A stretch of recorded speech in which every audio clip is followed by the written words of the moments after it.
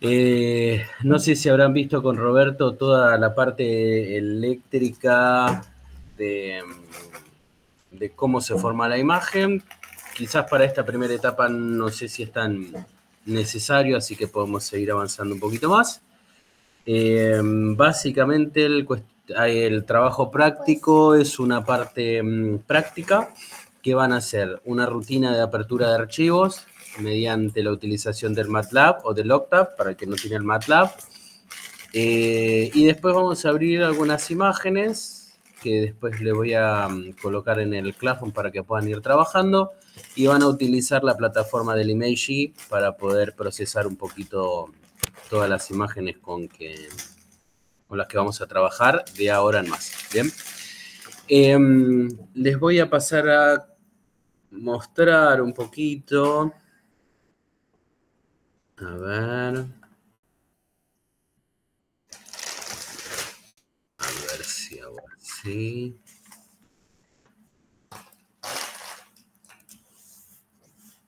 Bueno, ahí ven la pantalla, el Word. ¿Están viendo bien? Sí, sí. Perfecto, buenísimo. Bueno, básicamente este es el primer trabajo práctico, que es manejo de archivos de imágenes, operaciones con imágenes y obtención de datos estadísticos.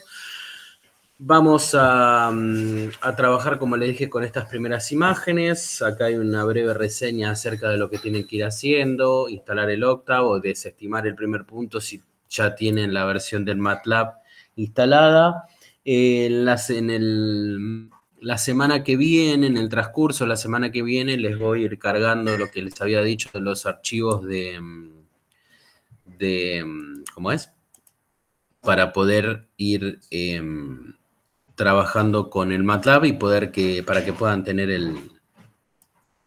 ahí desactivo, se me está tildando todo. Para que puedan tener el MATLAB 2021 para el que no lo tiene. Después el segundo punto es instalar el Imagy, que es un programa de procesamiento de imágenes. Y es muy sencilla la apertura de imágenes del Imagy.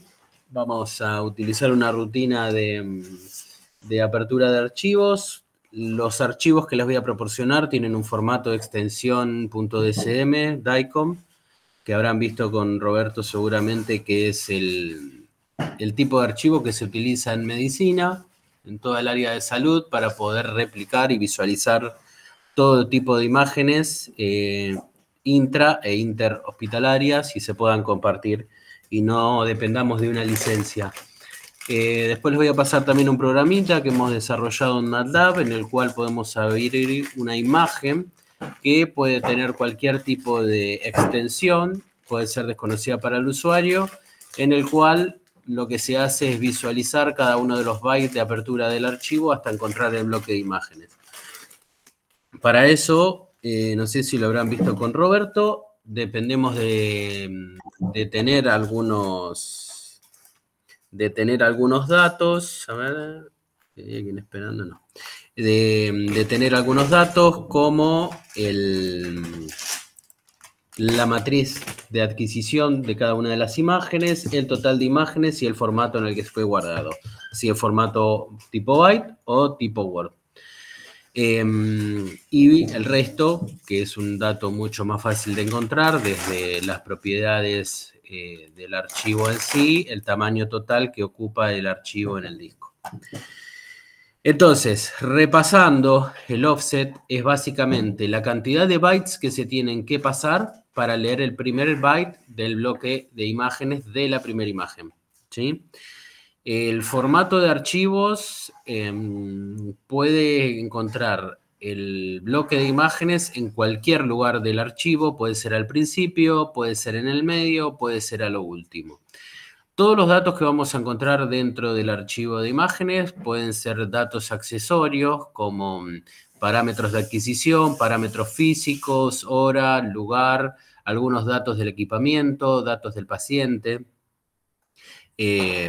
documento del paciente, historia clínica, todo lo que ustedes consideren que puedan llegar a cargarse en una plataforma tipo software de uso médico, van a parar todos esos datos al tamaño de archivo.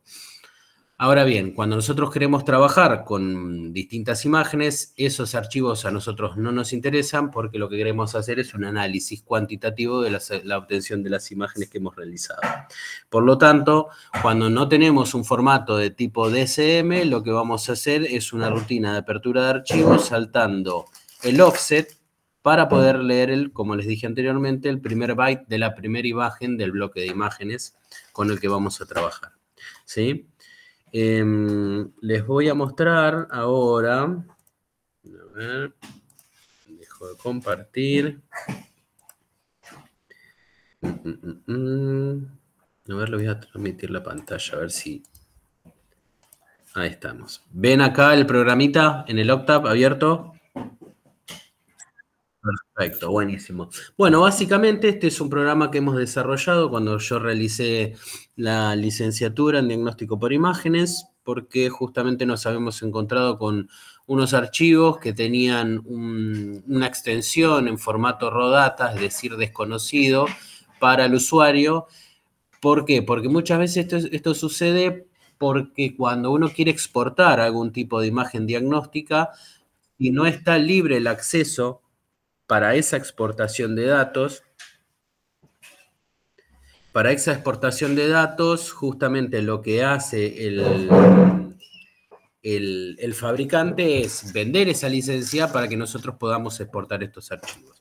Entonces lo que hicimos fue exportar archivos en formato desconocido y leyendo cada uno de los bytes que integran el tamaño total del archivo, encontramos el primer byte de la primera imagen, pudimos calcular el offset y leer solamente el bloque de imágenes, que era lo que a nosotros nos interesaba. Entonces, básicamente, este programita que desarrollamos acá se trata del cálculo. Si ustedes pueden ver en la columna de la 7 a la 9, es una parte en el cual el programa permite interactuar con el usuario, en el cual le pide que vaya ingresando determinadas cantidades de datos para poder calcular de forma automática el offset y poder abrir el bloque de imágenes. Entonces, lo que se hace en la fila 7, pide el programita que ingrese en el número de columnas y en la 8 el número de filas que corresponden a la matriz con la que fue adquirida cada una de las imágenes.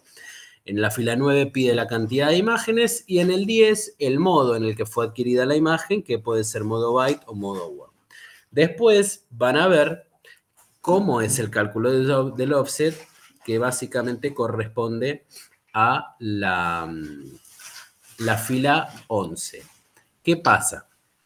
Es filas por columnas, por cantidad de imágenes, por el número de Word. La imagen es +1, es justamente para generar un tipo de ciclo del tipo for, como para que vaya sumando imagen de A1 y vaya haciendo un ciclo y vaya replicando el programa y abrir el total de las imágenes que nosotros le decimos al programita que tenemos cargado en el archivo.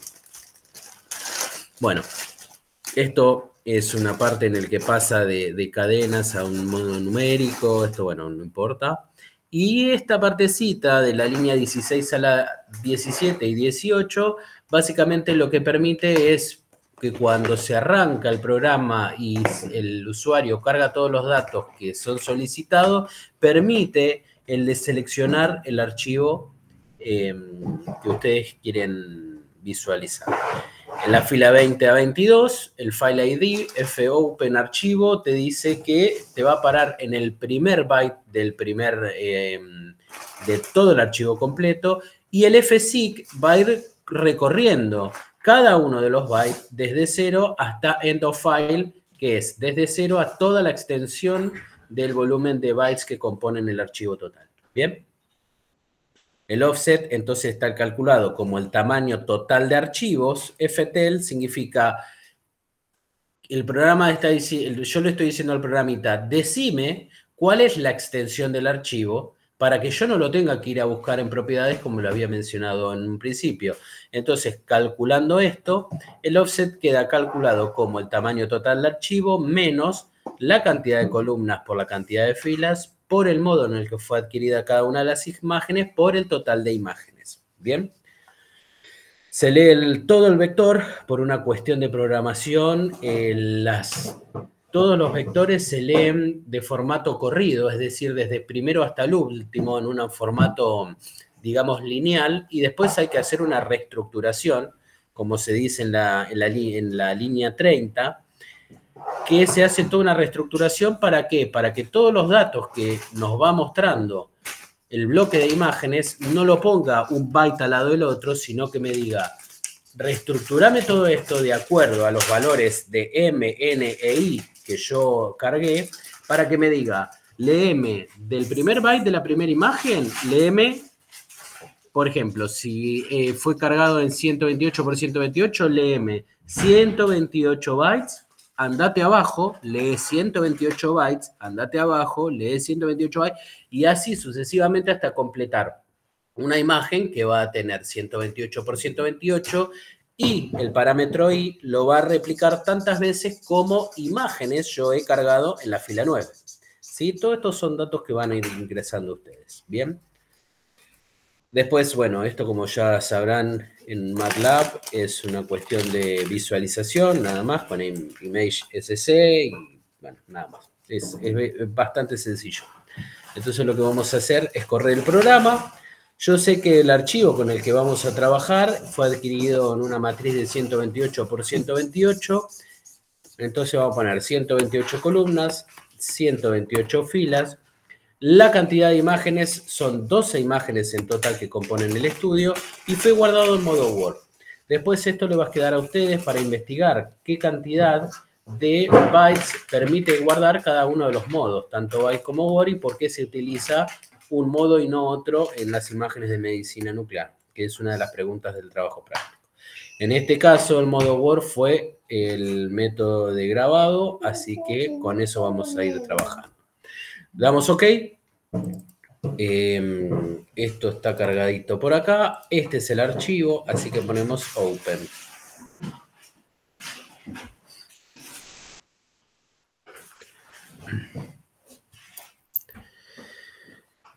Bueno, entonces, este es el bloque de imágenes. Son 12 imágenes que componen un centellograma óseo. No es corporal total porque no está adquirido en whole body, sino más bien es un centellograma óseo en el que se adquirieron 12 imágenes estáticas del cuerpo del paciente. Bien.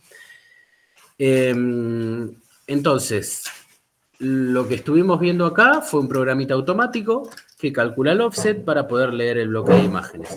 En este caso yo usé un archivo tipo DICOM, porque es una extensión de DSM, pero se puede utilizar para cualquier tipo de archivo. Si se quiere abrir un archivo con formato desconocido, lo que ustedes consideren, eso lo va a ir buscando directamente para leer el bloque total de imágenes. Después, en la última partecita, en la segunda figura, pide que se lea una imagen en particular. Esto es un chiche nada más para que vayan jugando ustedes y puedan ver con mayor definición, por lo menos la que nos da la resolución espacial del sistema, y puedan ver un poquito mejor cada una de las imágenes. Bien. El programita se los voy a pasar porque forma parte del trabajo práctico que tienen que desarrollar y presentar el viernes que viene. ¿Bien? Muy bien. ¿Alguna pregunta, duda, consulta hasta este momento?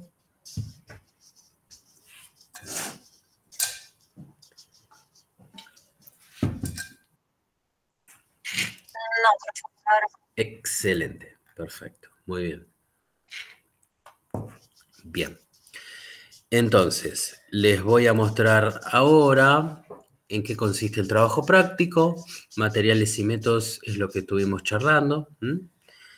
Instalar el Octave o MATLAB si tienen, el ImageJ. Bien, el ImageJ, la rutina de apertura es mucho más sencilla, sobre todo si se trata de formatos de tipo DICOM. En el primer caso, pide que se obtenga la información de cuentas totales y máxima de cuentas de la cuarta imagen del conjunto de imágenes proporcionados. ¿Sí? Básicamente, ¿ven acá la barrita esta chiquitita? Esta que está acá. Sí. Perfecto. La rutina de apertura es muy sencilla. Vamos a abrir escritorio.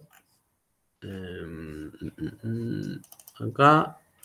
Este es el archivo con el que estuvimos trabajando. Y estas son las imágenes, ¿bien? A ver. Esto le vamos a poner 256. Así lo vemos un poquito más grande. Lookup tables. Con esto vamos a invertir la paleta de colores.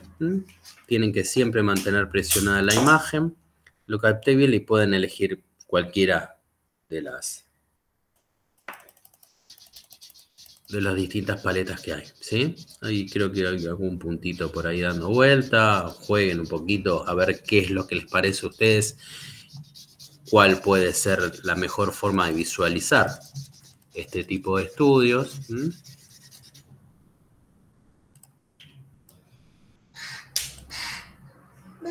Bueno. Bueno, para poder calcular la cantidad de cuentas de las imágenes, vamos a ir a analizar, vamos a ir a histograma. Vamos, acá, en esta parte dice el histograma si queremos incluir las 12 imágenes. ¿Qué significa? A ver, ¿qué llevo ahí? Ahí está. Ahí estamos. ¿Qué significa eso? En esta parte de incluir las 12 imágenes significa que va a unificar esas 12 imágenes y va a generar un solo histograma. ¿Qué es lo que nosotros no queremos para esto? ¿Sí? ¿Por qué? Porque va a empezar a juntar toda la cantidad de tonalidades de grises que hay en todas las imágenes y va a empezar a sumarlas, ¿sí? Entonces le vamos a poner que no. Bien. Esperen que vamos a abrir de nuevo porque...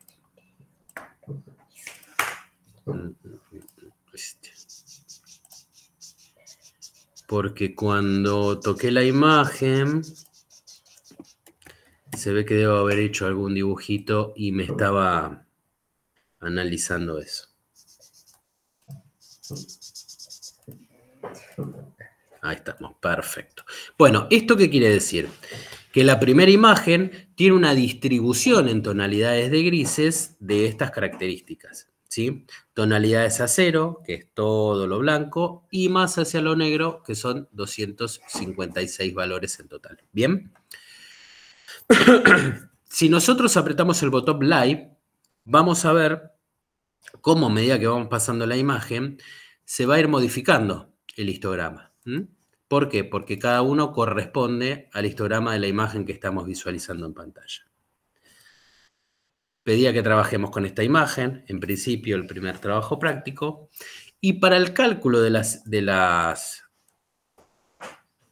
cuentas totales es...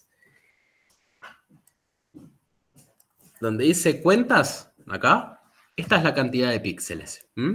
Y donde dice min, es la cantidad de cuentas por píxel de la imagen que estamos visualizando. Entonces, si nosotros hacemos una simple multiplicación de la cantidad de píxel por cuentas por píxel, vamos a obtener la cuenta total, la cantidad de cuentas totales que existen en esa imagen que estamos visualizando. Otro parámetro importante a destacar es los valores mínimos y máximos con los que vamos a trabajar. Esto es importante que ustedes lo tengan en cuenta porque un puntito del trabajo práctico habla acerca de manejar estos valores mínimos y máximos justamente porque estaríamos jugando con el rango dinámico de una imagen. ¿Qué significa eso? Que cuando nosotros estamos tomando una imagen de medicina nuclear, si queremos resaltar alguna estructura y podemos definir que la estructura que nosotros queremos trabajar está situada en algún lugar de una región del histograma y la podemos identificar, lo que podemos hacer es resaltar esa región para poder tener una mejor visualización y por lo tanto un mejor diagnóstico mucho más certero, ¿sí? Tener un poquito más de resolución.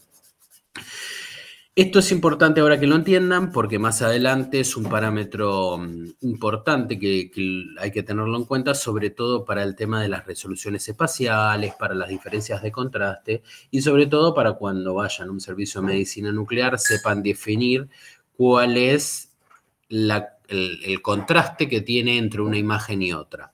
¿Por qué? Sobre todo en imágenes centellográficas del tipo óseo, como estamos visualizando en pantalla, lo que nos va a definir esto es que si yo encuentro una estructura que va a tener mayor intensidad en tonalidades de grises, llevándome hacia los negros, significa que hay un depósito mayor del radiofármaco que yo estoy inyectando.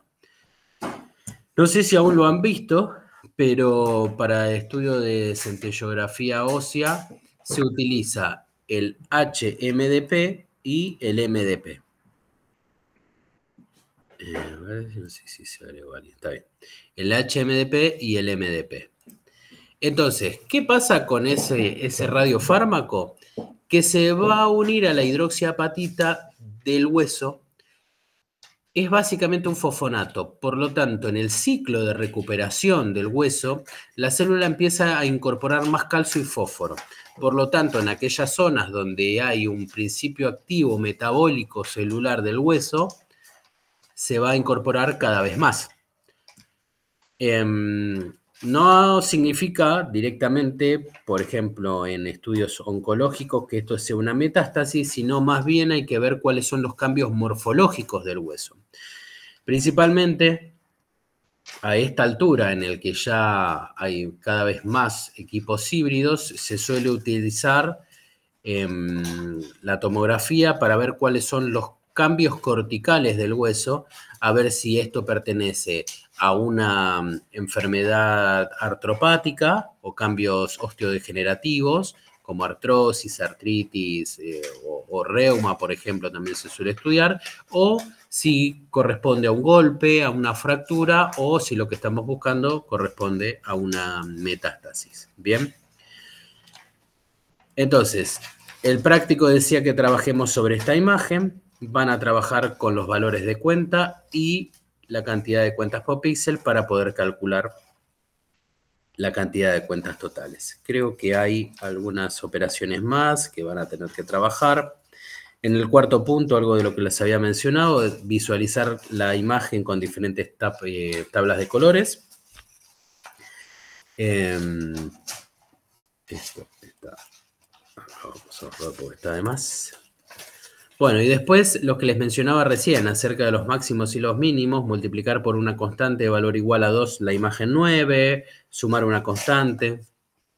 La idea básicamente es que ustedes puedan aprender una rutina en el manejo de imágenes que se llama reescalar, en el cual si se multiplica una imagen por una constante de 2 a una imagen 9, lo que vamos a obtener... Lo que vamos a obtener acá es que esto multiplicado por 2 va a quedar en 0 y esto se me va a ir a 402. Entonces, ¿qué estoy haciendo yo en este caso? Ampliar el rango dinámico. Es decir, si yo tengo un rango dinámico acotado, supónganse que en esta imagen nosotros tenemos un máximo de 201 y un mínimo de 0. Imagínense ustedes qué pasaría si nosotros vamos a trabajar con un rango dinámico mucho menor. Supónganse de 0 a 25.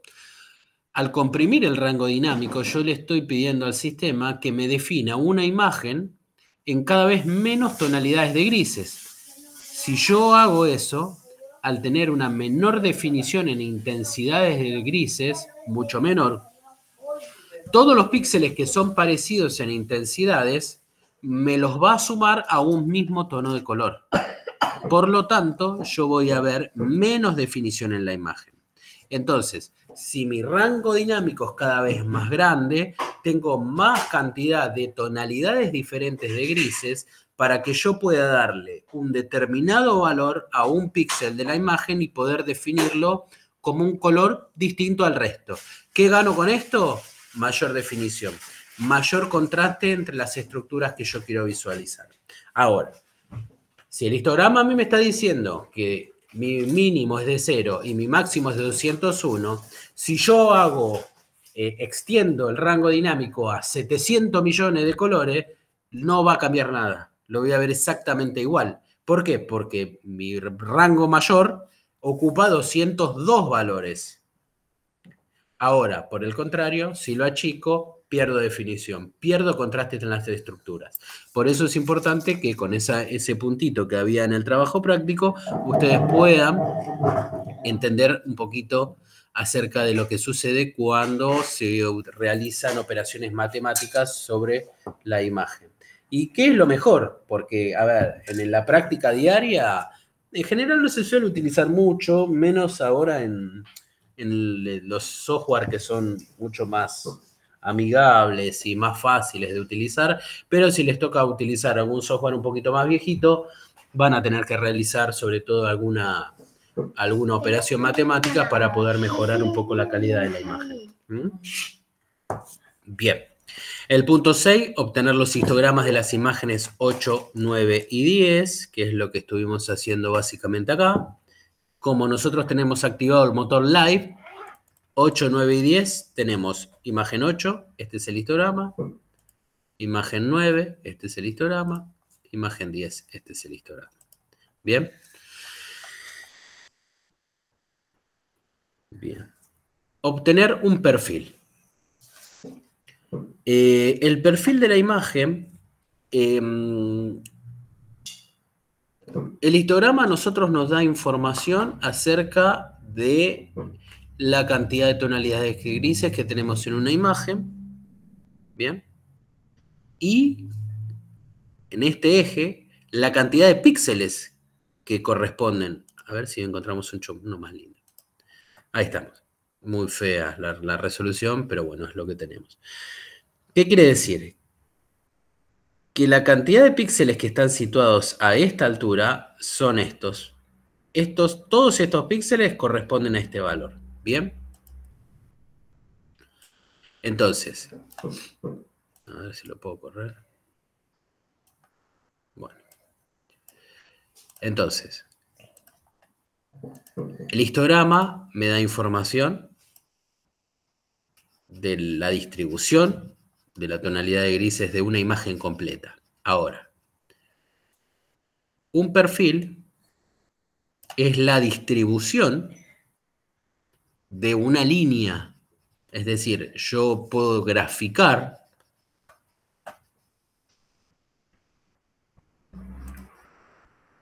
una imagen. Entonces, la distribución que voy a obtener es la distancia desde mi punto cero, que es el cuadradito amarillo, hasta mi punto, no sé, 280, 275, 280, calculen que mide más o menos, hasta acá. ¿Bien?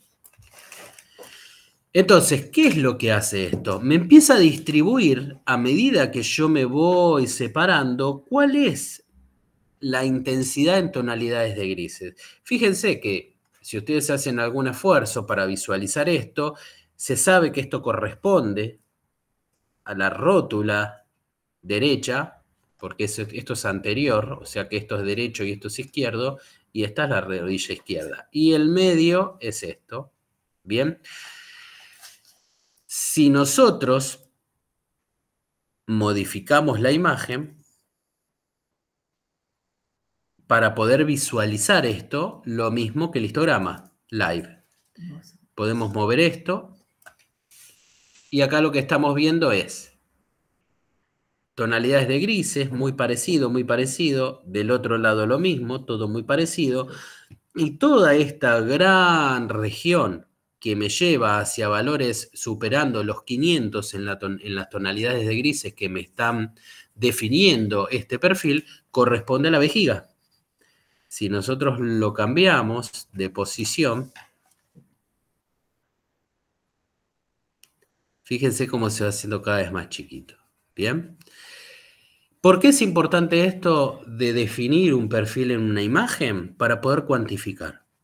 Podemos cuantificar prácticamente cualquier cosa con este tipo de operaciones.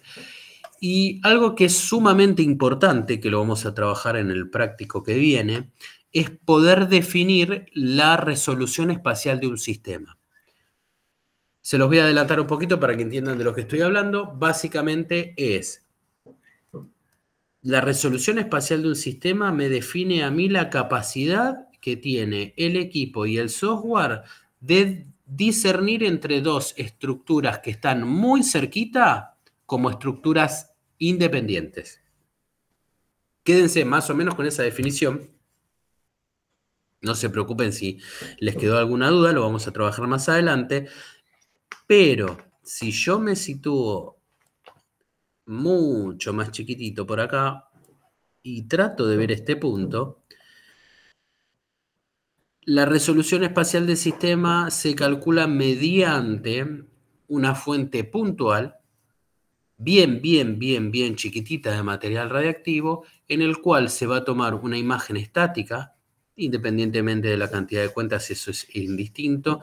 Entonces se espera ver una distribución de la cantidad de cuentas que conforman esa imagen.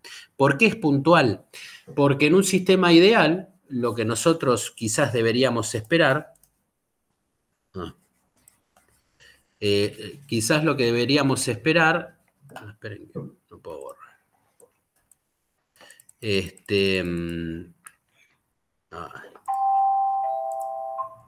A ver. Estoy con unos temitas con la computadora, están dando recontra lenta. Ahí está. Entonces, lo que deberíamos esperar en un sistema ideal, si nosotros tenemos una fuente muy chiquitita así y le trazamos un perfil, que es de lo que estamos hablando, deberíamos esperar blanco, blanco, blanco, negro, negro, negro, negro, negro, blanco, blanco, blanco, blanco. Ningún sistema, y más de estas características, como sabrán, todo lo que es la estadística de conteo depende básicamente y se distribuye de acuerdo a la distribución de radiactividad de Poisson. Entonces, por lo tanto, ¿qué esperamos? Que se llama spill out, es decir, vamos a ver en un sistema real algo de estas características. ¿Por qué? Porque a medida que yo me voy acercando a la fuente, como ustedes saben, la distribución de la radiación es isotrópica, es decir, emite hacia todos lados, ¿sí? Si esto fuera algo totalmente cerrado y lo único que hace es irradiar solamente hasta donde su superficie lo permite, estaríamos algo cercano a esta estructura. Tampoco ideal porque todos los sistemas eléctricos tienen ruido asociado y por lo tanto no vamos a ver nada exactamente igual. Pero supónganse que la radiación emite solamente hasta donde su superficie lo permite, veríamos algo de esta característica.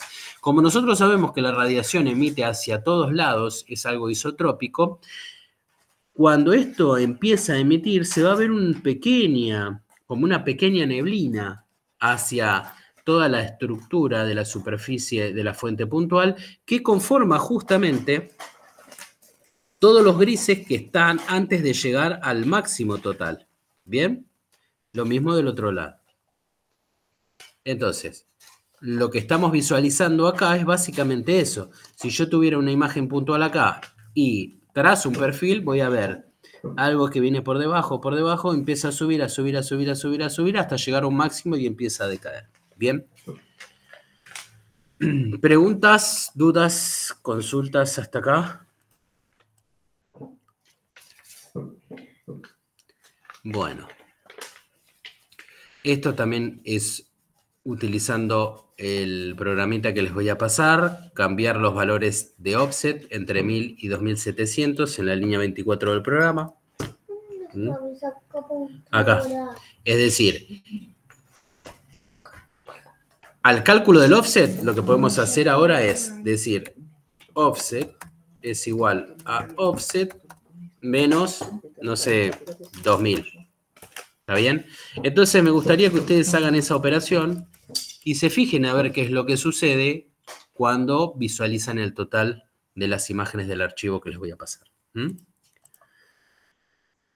Todos los resultados que pide acá En materiales y métodos le pide que registren todas las cuentas totales, máximo de cuentas del segundo punto. Si lo pueden hacer con todas las imágenes, mucho mejor. Y después calcular la relación señal-ruido. Seguramente ya lo habrán visto con Roberto. La relación señal-ruido es una característica que presentan las imágenes, sobre todo de medicina nuclear, pero todas las imágenes digitales tienen un ruido asociado.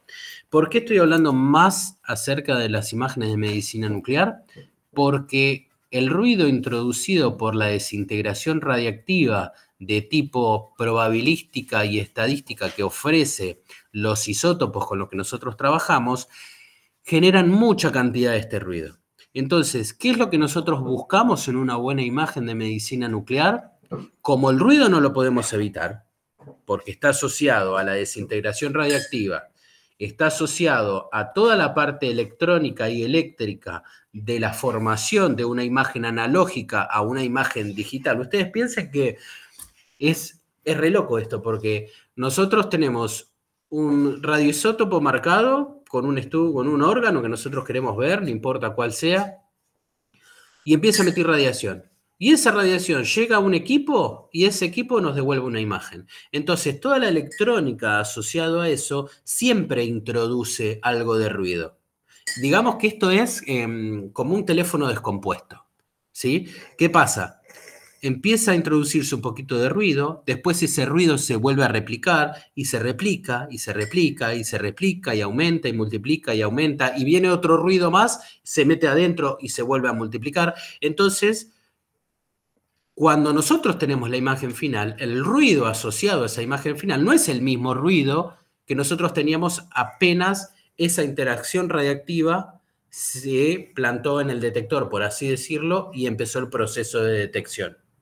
Entonces, como eso es algo que no lo podemos evitar, lo que tenemos que lograr básicamente es tener una buena señal. Seguramente recordarán a Gustavo Chumillo cuando hablaba acerca de la relación señal-ruido, en el cual hablaba de qué pasa si yo tengo una hormiga de señal y un pastizal. Todo el ruido me va a tapar la señal, entonces no voy a tener una buena calidad de imagen. Ahora, si yo tengo un caballo y tengo el pasto bien cortito y el pasto es mi ruido y mi caballo es la señal, la relación que existe entre una estructura y la otra es mucho mejor. Por lo tanto, si yo tengo una buena calidad de señal, la verdad es que no me interesa tanto cuánto ruido tenga porque mi calidad de imagen va a ser mucho mejor. Entonces, lo que nosotros tenemos que lograr en todas las imágenes de medicina nuclear, principalmente, es asegurarnos de obtener una buena señal. ¿Cómo se obtiene eso? Aumentando el tiempo, aumentando la dosis. La dosis hasta ahí, porque toda dosis está restringida, como ya habrán visto, al peso del paciente. Hay determinadas normas en las que nos limitan a nosotros a trabajar con determinada cantidad de dosis. Hace mucho tiempo atrás, una de las principales características que se presentaban entre las distintas empresas que fabricaban este tipo de equipos era ver quién hacía la mejor imagen. Trabajaban sobre toda la parte electrónica, qué mejor resolución tenía, qué mejor cristal de centelleo tenían, quién hacía la mejor imagen, quién hacía la imagen más rápido. Ahora, como ya se llegó a un punto en que todos más o menos están parecidos, ahora lo importante es hacer la mejor calidad de imagen que yo pueda con la menor dosis posible. ¿Qué generamos con esto? Que el paciente esté menos expuesto a la dosis y que por lo tanto nosotros trabajemos con menos dosis, ¿sí? Entonces, mejorar la señal, aumentar la dosis prácticamente está cada vez más limitado, entonces es aumentar un poquito el tiempo, ¿bien? Operaciones, bueno, esto es algo que habíamos charlado ya también. Y bueno, y después ya empieza la parte del cuestionario, ¿sí? Que representa el valor del offset, que ya lo hemos charlado. ¿Qué información no visual se almacena en la imagen de un archivo tipo DICOM? Que también lo charlamos hoy. ¿Cómo se describiría la imagen de medicina nuclear? Lo acabamos de hablar. ¿Qué es una cuenta? ¿Qué representa el número total de cuentas? También lo hablamos. ¿Qué tipo de distribución? Describe el número de fotones detectados, que ya lo hemos hablado también, la relación señal-ruido, y después algunos problemitas para que vayan pensando y lo puedan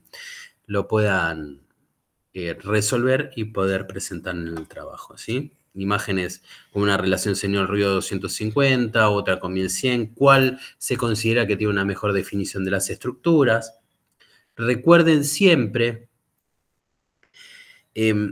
a veces se confunden y dicen, la relación señal-ruido es alta, la relación señal-ruido es baja.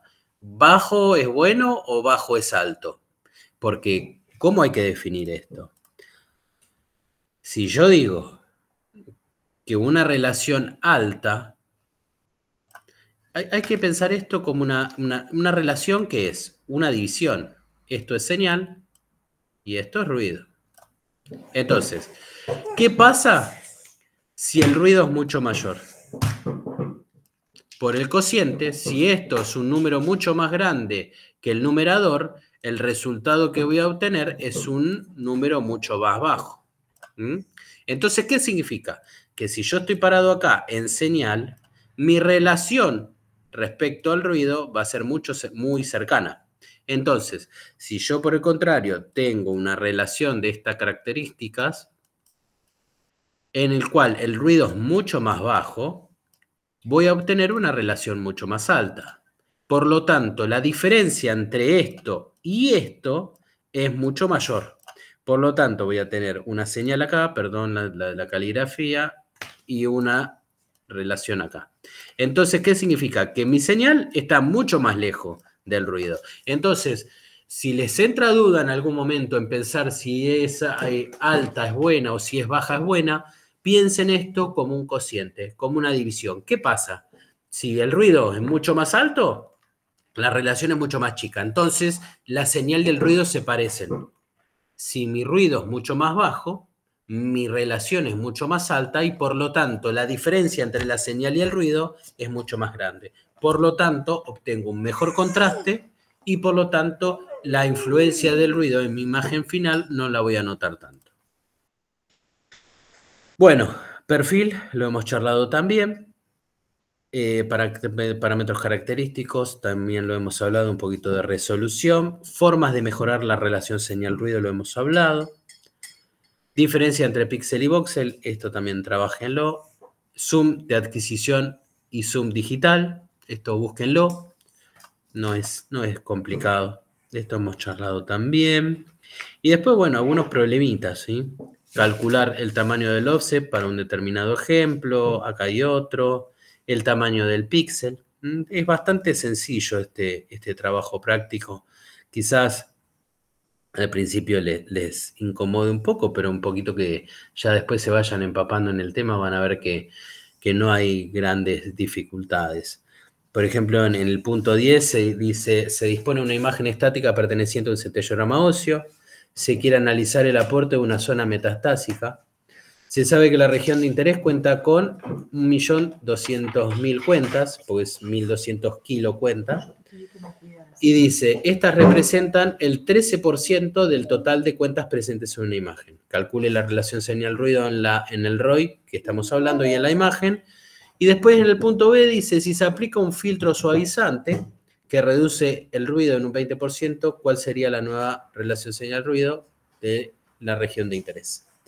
A ver, no es complejo, es bastante didáctico todo, es básicamente para que ustedes puedan internalizar un poquito cada uno de los conceptos. De más está decir que si tienen alguna duda, alguna consulta acerca del desarrollo del trabajo práctico, me pueden escribir, no hay ningún problema. Me pueden mandar un mensajito al grupo, privado, no hay problema. El fin de semana yo les puedo ir contestando. A veces me demoro un poco más, a veces menos, pero siempre contesto. Así que eso ténganlo en cuenta. ¿Alguna pregunta, duda, consulta que tengan que les haya quedado? Profe, ¿esto es para el viernes que viene? Sí. Ah, Vale. Está bien, está bien. No habían... Es mucho, ¿no? Sí, Bueno, el trabajo es grupal.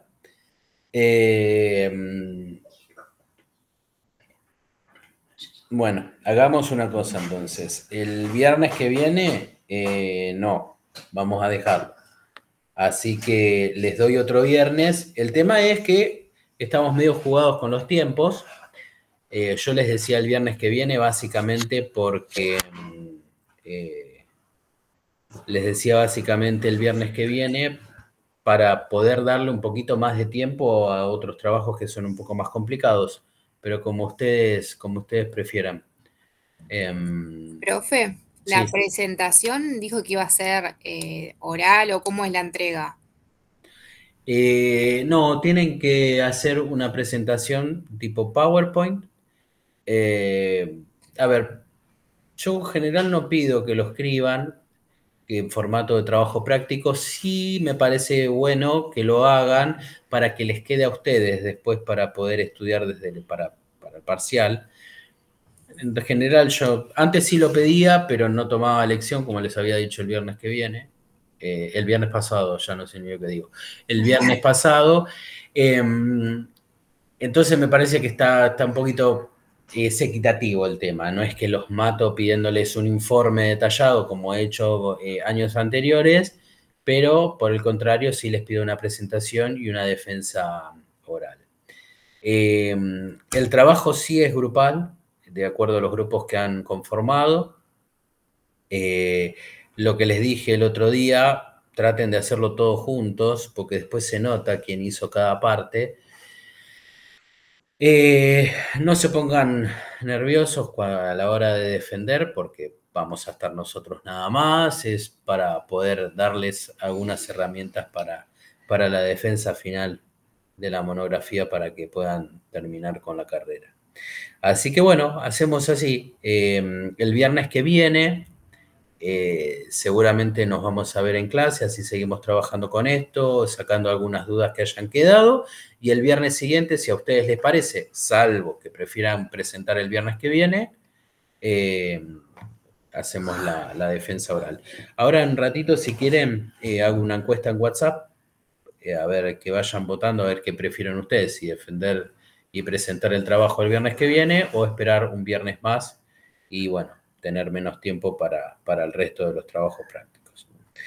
Así que bueno, si no hay dudas, no hay consultas, ni preguntas, ni nada de eso, vamos terminando.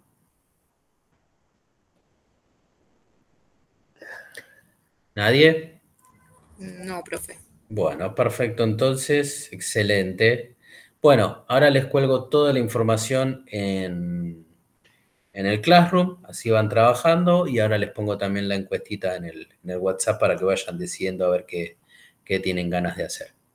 Así que bueno, ya vamos a ir trabajando para que vayan prendiendo la cámara de a poquito y empiecen a hablar un poquito más. Es normal que pase, no se preocupen. Y bueno, ya van a ver que es más sencillo todo. Así que bueno, que tengan un lindo fin de, cuídense. Lo mismo les vuelvo a repetir, si tienen dudas. Gracias, profe. Buen fin de. Igualmente para Gracias. ustedes, que anden bien. Chao, profe. Chao, hasta luego. No, profe.